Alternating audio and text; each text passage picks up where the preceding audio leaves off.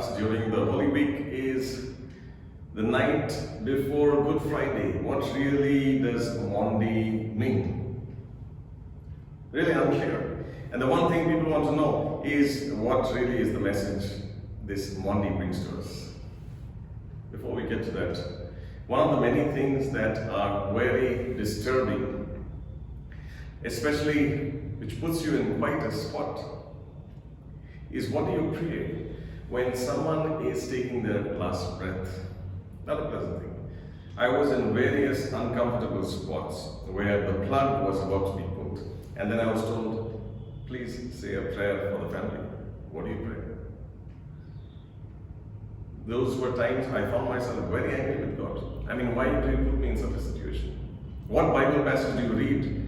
What psalm do you read? What message do you have to give them? What message of comfort? Yet, before his last moments, before his death, Jesus spends time in prayer. Jesus spends time with his loved ones. In fact, even during his painful death, the first words that come out of his lips are words of prayer. Why? During your last moments, you say stuff that you wish you did. A lot of regrets. Expressions of regret that you wish you hadn't done. You wish you had done this. Bottom line of all of this, bottom line of his conversations was love. This was a very sacred conversation. And so, you and I are not supposed to take them lightly. Tonight we are invited into the holy ground and sacred conversation of Jesus and his disciples. Knowing fully well, one of them is here to betray him. Many of them are going to desert him. He speaks of things he wants them to remember when he was present with them. And while he's making his point, he gets down on his knees to wash their feet. The job of a lowliest servant, including the one who would betray him. Remember this? He washed also Judas's feet. So keep this in mind. Nothing is too lowly to express in love. Mother Teresa said these words. Not all of us can do great things, but we all can do small things with great love. In a world where you're surrounded by messages of retaliation, vengeance, and eye for an eye, tooth for a tooth, here is Jesus offering a counter message. Did nothing wrong. He lived a life of non-violence, a life of compassion, freed the captives, raised the dead, healed the sick. He brought hope and life to people who were desperate. And in the end, he knew very well he was about not to be thanked. How do you live with thankless people? He was about to be killed. Why? Because of showing compassion. Now, I never realized that compassion and goodness and love are a threat. When did compassion become a threat? And that's true even of today. Compassionate people are seen as a threat. If you're arrogant enough, if you are a bully, if you can always have your way, if you can push people out of the way and always rise to the top, no matter what, by hook or crook, we'll make you the CEO, we'll probably even make you pastors. That's how we celebrate people. We celebrate the arrogant, the bullies. And the night before, Jesus wasn't running away. He wasn't preparing for a battle or war. He wasn't plotting his revenge. Instead, he was with those he loved the most. Here he is with those whom he loves, knowing he won't be around much longer. What do you do when you have just a few minutes to go? Knowing fully well, here his boys are going to make mistakes. Telling those very same people who are going to make mistakes how to keep moving forward in the right direction after you're gone. The word Maundy comes from a Latin word, mandate. A new commandment I give unto you, a new mandate I give unto you, that you love one another as I have loved you, just as I have loved you. Love one another. By this everyone will know that you are my disciples, if you have love for one another. So in this holiest week, Christians all over the world partake in that broken and bloodied body of Jesus. This broken body, spilled blood of his, symbolic of the broken body, broken bread and wine, tells us that Jesus suffered violence and bore these marks. So for all those who bear violence today, Even when you and I have scars, Jesus knows. As Christians, our mourning will turn to joy in that Easter morning. It is important to know that Jesus bore marks of violence in his body. When? Even after his resurrection. So just because he was resurrected doesn't mean the marks were gone. It was still there. When he appeared to his disciples, he showed them both his hands and his side. The Bible tells us. Once the disciples looked at these visible wounds, they rejoiced that they saw the Lord. Now, one thing I want you to keep in mind, give up your sense of control. All of us have broken parts of ourselves we don't choose to show others. We'd rather not have anyone see. For the disciples, that was the case as well. In that room with Jesus that evening, it was filled with contradiction and confusion. Saying the right things outwardly, inside plotting mischief. That was Judas for you, my friend. So when push comes to shove, Peter, you can be a loudmouth and big talker. You'll run when push comes to shove. The very thing you said you wouldn't do, you do. That is you, Peter. Later on that night, Jesus said one of you is going to betray me. He was talking about Judas. Apparently, Judas wasn't the obvious choice. John writes, the disciples kept staring at one another, at a loss to know whom Jesus was really trying to figure out. For many of us, the greatest fear is that we'll be found out. Not just be found out, that we will be exposed. Fear is not just the exposure, but the fact that once you find out who I am, will you still love me the same? We'll become unloved. This exposure leaves us vulnerable, leaves us feeling naked. That is why Peter resisted having his feet washed, puts up a fight, insisted that Jesus stay away. You shall never wash my feet, trying to portray the tough guy image. Jesus tells Peter, I have to wash your feet. What makes sense to you now, it will become clearer when you are at your lowest moment, Peter. In a few days, when you denied knowing me, what I do to you now will become clearer.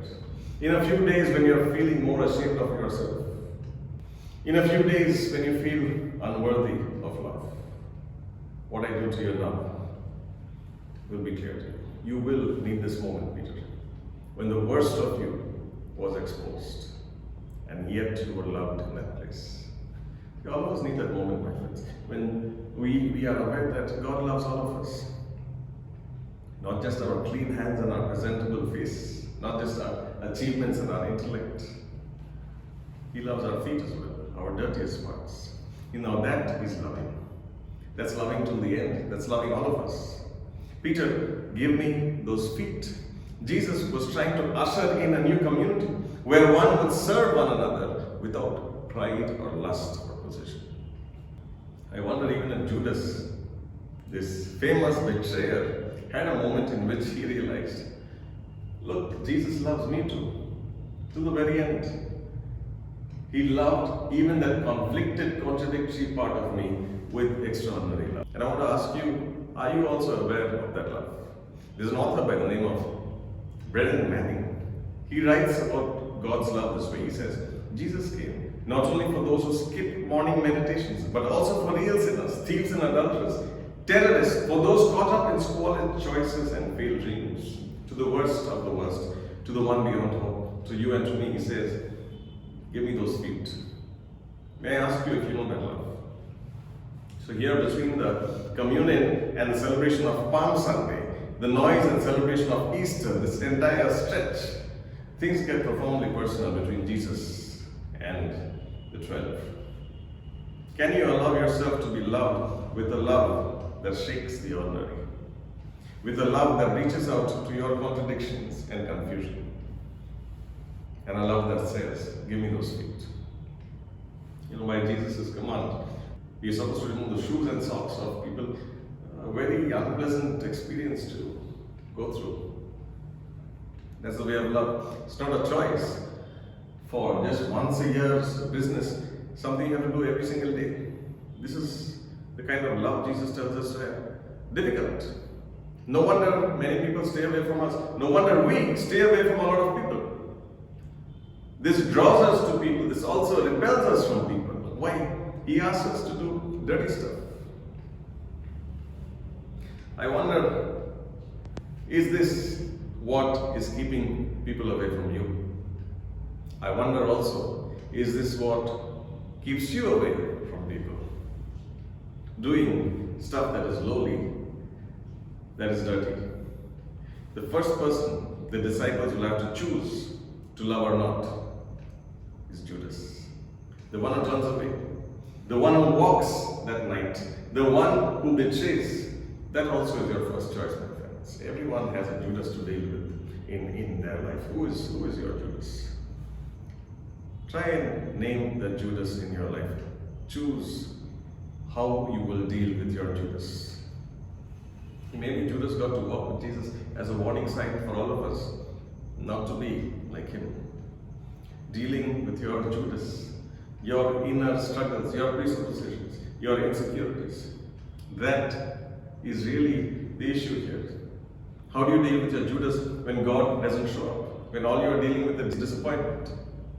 How do you deal with your own Judas? Probably not a third person. Probably it is you yourself. Many of us have put up our confidence and trust in people who constantly betray us, especially when it is the closest ones. Not even outsiders, family members betray us. Jesus still turns around and washes the disciples' feet, including Judas. Some of us betrayed by the closest of family, probably jealousy. Joseph's brothers betrayed him. Despite that fact that his brothers betrayed him, Joseph forgave. In fact, later in life, Joseph realized that the betrayal of his brothers was an opportunity to secure a better life for them. At the time of the betrayal, brothers never realized it. Who's betraying you today? There is so much of betrayal today. By family, by friends, we betray each other for property, for land, for money. Hard to trust anyone. David was betrayed by his own son. Wanted to take over his seat. David was well aware of this struggle and he didn't seek revenge. Eventually, David turns to God. See, you will be in deep trouble if you do not recognize the purpose of your Judas. Samson lost his way because he let his Judas, that is Delilah, play a bigger role than what she was supposed to play. When you understand who your Judas is, what their purpose is in your life, you will never be surprised at what life throws at you. Jesus knew his Judas all along. Sometimes we are taken by surprise. We say, oh, I never expected this from you. Wait a minute, why are you surprised? Jesus knew his Judas all along. Your part is to know that when someone turns their back on you, someone is going to stab you, there is a purpose which probably you will understand even later. Jesus understood that by his death, even the one who didn't stand by him would benefit. And so moments before his death, here he breaks his bread, shares the cup with someone he knew very well. Lesson for you and me, my friends. How do you and I deal with our Judases? If we are able to sit at the table before our enemies, he prepares our table not with our friends, in the presence of my enemies. The lesson for you and me is how we treat our Judases. If we are able to sit at the table with our Judas, that will break that wall between the one who chooses to harm us, who chooses to constantly hurt us. The message I am giving to my Judas is saying, I have enough grace to withstand your hatred. What I am trying to say is, can you and I let go of hurt, let go of bitterness, let go of all those wounds and marks that people have made on my soul? If I can sit at that table with my Judas, that is the message I am giving to them. That look, I can be the bigger person. I can be like Jesus. That is what Maundy Thursday is about.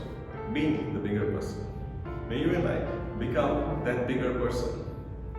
Stoop down, but not stoop low. Humble ourselves, but never lower ourselves. Because if I can deal with my Judas, I am saying I have enough grace to be like Jesus, who knew very well how to deal with his Judas. I have enough grace to withstand your hatred.